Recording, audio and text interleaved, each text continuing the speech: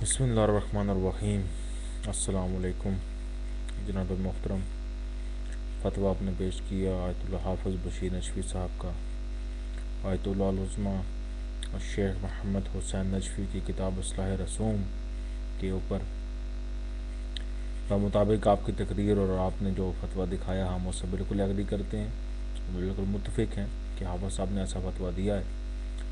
लेकिन चूँकि फ़तवा है और उसके अगेंस्ट हमारे पास दलील है, यानी कि ये एक ऐसा ही सिलसिला है कि अगर किसी मुजतहिद का फ़तवा हो किसी फ़िक़ही अमूर पर, लेकिन उसके अगेंस्ट हमारे पास सही दलील हो, सही हदीस हो, तो हम उस फ़तवे को तर्क कर देंगे और हम ये कहेंगे कि मुजतहिद से गलती हुई, मुजतहिद को इश्तबा हो गया इस मामले पर, क्योंकि वो गैर मासूम हैं और वो गलती कर सकते हैं। और हाफ़िज़ बशीर हुसैन नजफ़ी भी इस मामले पर ऐसे ही हैं कि उन्होंने गलती की और उनको इश्तबा हुआ। मैं ऐसा कयास तो नहीं करना चाहता कि हाफ़िज़ बशीर हुसैन नजफ़ी ने किताब का मुतालिया ना किया हो, लेकिन चूँकि आपने जो किताब जो उनको एक स्कैन करके भेजा पम्फलेट टाइप, उसके नीचे कुछ चीज़ें हाईलाइटेड की गई हैं नमाज वगैरह में, अज़ान में।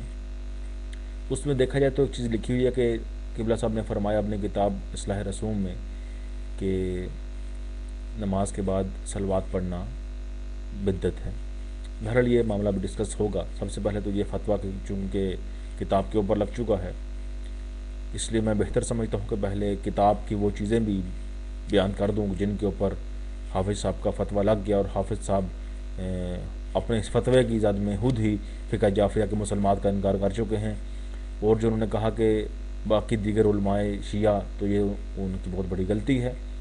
उनकी अपनी को टीम हो सकती है इराक़ में, लेकिन उलमाए शिया का जिक्र करना बहुत बड़ी गलती है, क्योंकि बहुत सारे फ़ुक़हा जो हैं, आज को छोड़ के अल्लामा शेख सदूक़ को पकड़ लें आप, अल्लामा हिल्ली को देख लें, अल्लामा हुरामली को देख लें, तो उनकी किताबें इस बात की गवाह हैं, क्योंकि इस किताब में हवाले भी उन्हीं की किताबों के हैं। बहरहाल किताब का असल रूप मैं सामीन को दिखा दूँ ताकि वो देखें ये किताब कौन सी है। देखिएगा, इस्लाह रसूम।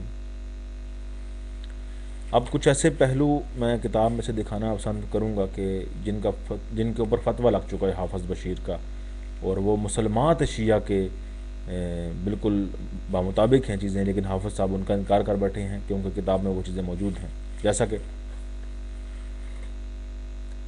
अस्सलातु खैरुम मिनन नौम का अज़ान में इजाफ़ा, शिया क़ीदे के मुताबिक मुसलमान बात है कि ये चीज़ बिद्दत है और अज़ान में शामिल की गई दौरे खलीफा सानी के मुतल्लिक। नमाज में हाथ बांधना बिद्दत है।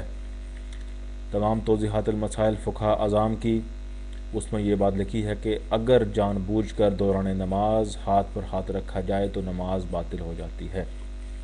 मेरे मोहतरम, हाफ़िज़ साहब का फ़तवा इन चीज़ों के ऊपर लग चुका है। नमाज जनाजा में 4 तकबीर बिद्दत है। तमाम फ़ुक़हा के नज़दीक मोमिन का हक़ है कि उसके ऊपर 5 तकबीरी नमाज जनाजा पढ़ी जाए, और अगर कोई मुनाफिक या मुर्तद मर गया है तो उसके ऊपर 4 तकबीरी पढ़ी जाए।